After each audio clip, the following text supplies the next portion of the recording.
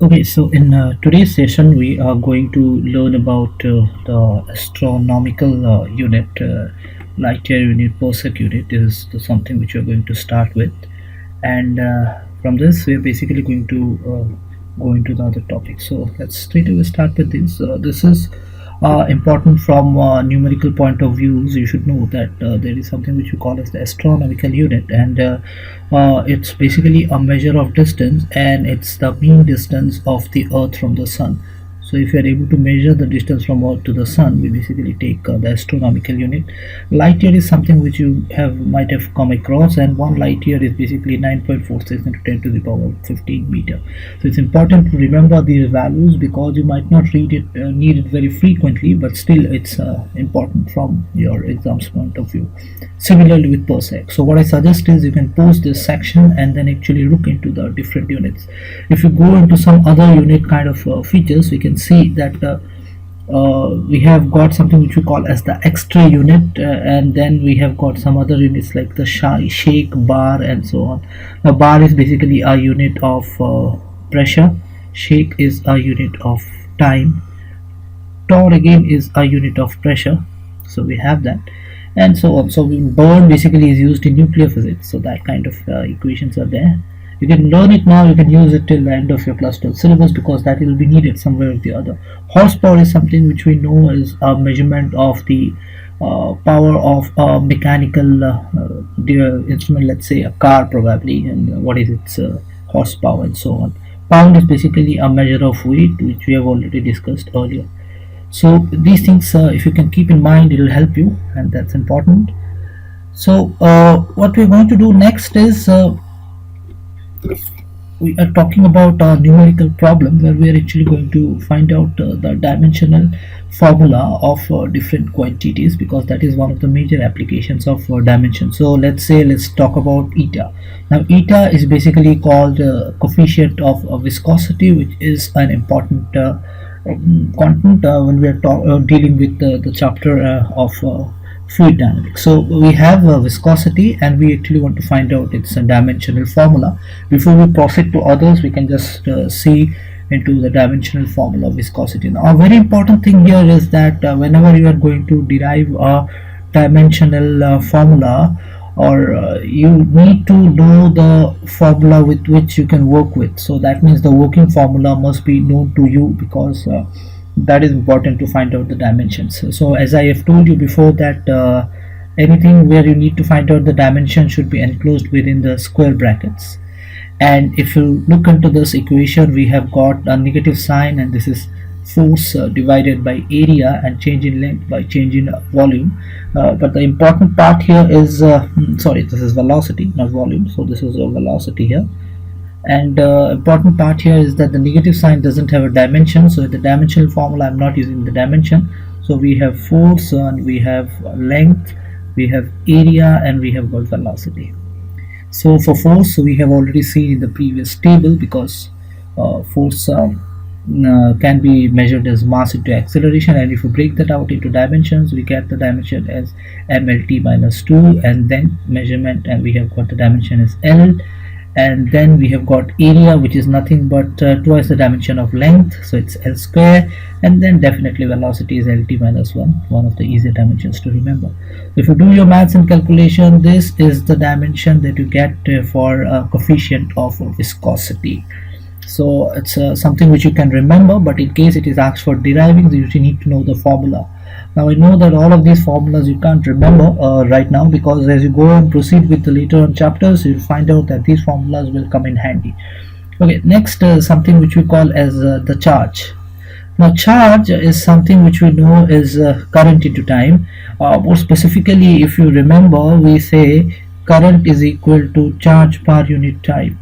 So that means charge is equal to current into time, and as you know that current is also a fundamental unit, so we can directly take the dimension of current, which is A, which comes from the unit of current, that's ampere, and time is T. So A into T would be the dimension of charge.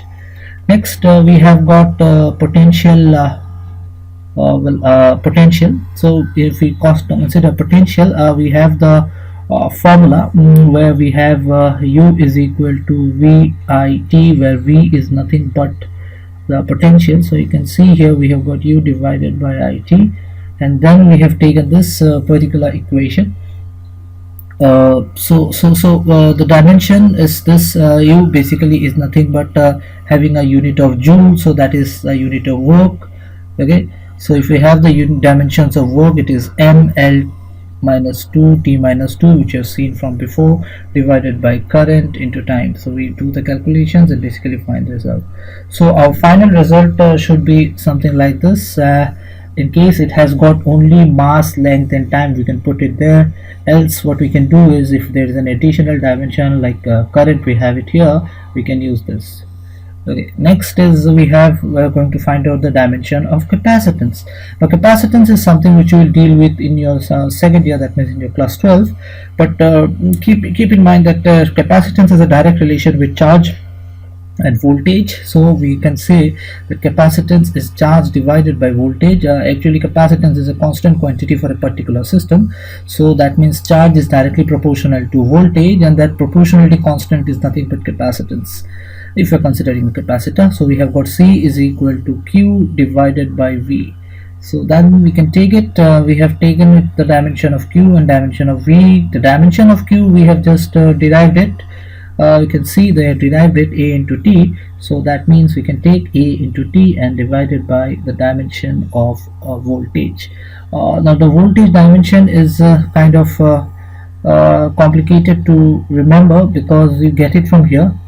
You can see this exactly how we're finding out the dimension of not voltage, sorry, potential. So that is something which we are going to find out, because that's important here. Okay, so what we're doing here is we are finding out the dimension of potential, and that's nothing but the dimension of voltage, and we can put it here and then do the equations, and this is something which we get. Now this is something which you can expect in your exams, because the calculation demands a lot of calculations. Okay, because we need to put in or remember more dimensions here. Okay, so finally we have the dimension of resistance. For resistance, we know the most common formula, and this is something which you already know. That's basically nothing but your Ohm's law. So if we use Ohm's law, we can actually know the relation between voltage and current, and then resistance is basically a constant for a system. So we have got resistance is equal to voltage divided by current. Please remember, when we are talking about voltage and or we are talking about potential, both of them will basically have the same unit or same dimension. So we can discuss about that later. So we have got voltage divided by current. So we have this. So once we have these, we can put it here, and the equation and the calculations are quite similar. So we'll pause this and actually practice this, because this is actually important, and I have discussed some of the complicated derivations of the dimensional formula. Okay, next let's talk about the use of dimensions, and today I'm going to discuss only one of the equations or one of the uses, but I'm going on with one example, because an example is the best way to understand this. So we all of us know that the value of the gravitational constant is 6.67 into 10 to the power minus 11, and that's in Newton meter square per kg square. That's the SI system of units. Now if we convert this into a Cgs system of units, we'll basically have here as a dyne, this will become centimeter, and this will be nothing but grams square. So we are going to do that, and we are going to use the dimensional formula, because you see, if you are going to change this particular unit, you are also going to change the values here. So let's see what are the changes that happens. So what is the unit of use of dimension? The one of the most important is it can basically convert units. So I'm going to convert an SI system into a Cgs system. So let's see there, we have the dimensional formula for gravitational constant as m minus 1 L cubed t minus 2. How do you know that? Because I can straight away use this particular equation and actually try to do it here.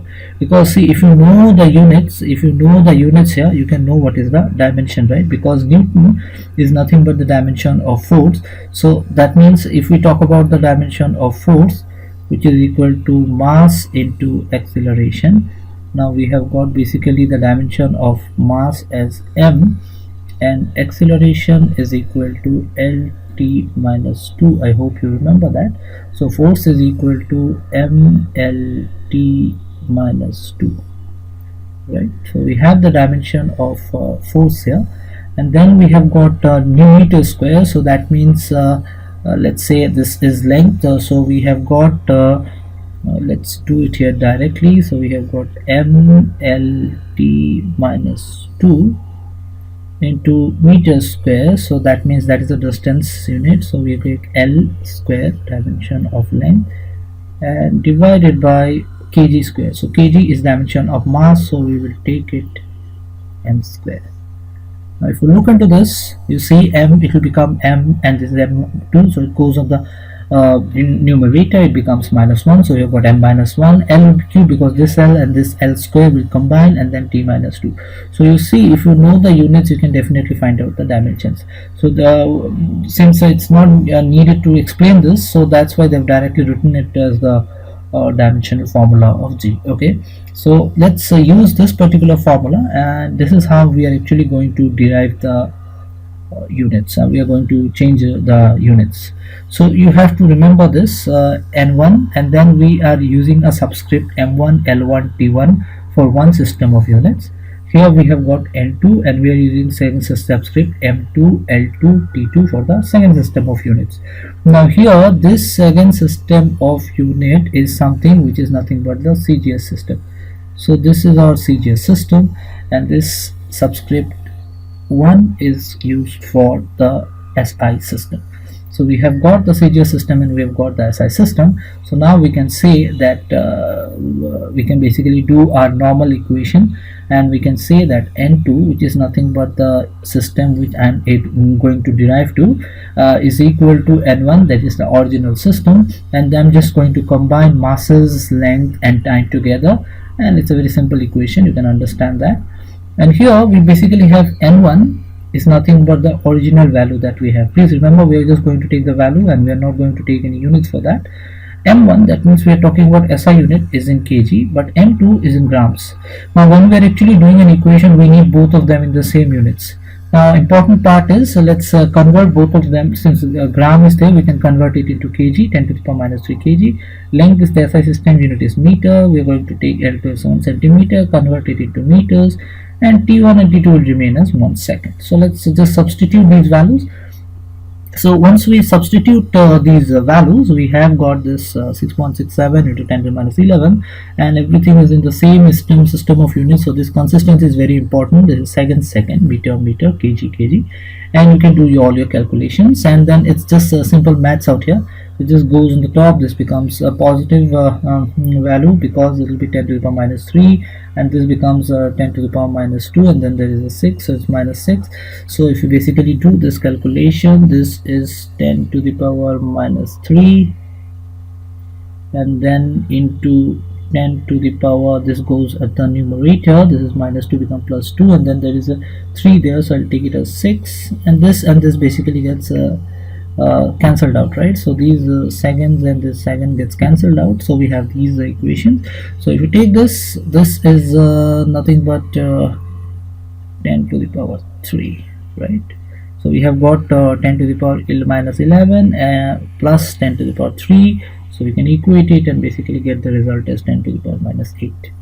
So that's how you are converting the units. So you have to just remember that when you finally write down the Cgs unit, you are converting SI to Cgs. So Newton would become dyne, meter would become centimeter, and kg will become gram. So that's all for today. We've done these numerical problems, and it should be helpful because these are important from your exam point of view. See you next time. Thank you.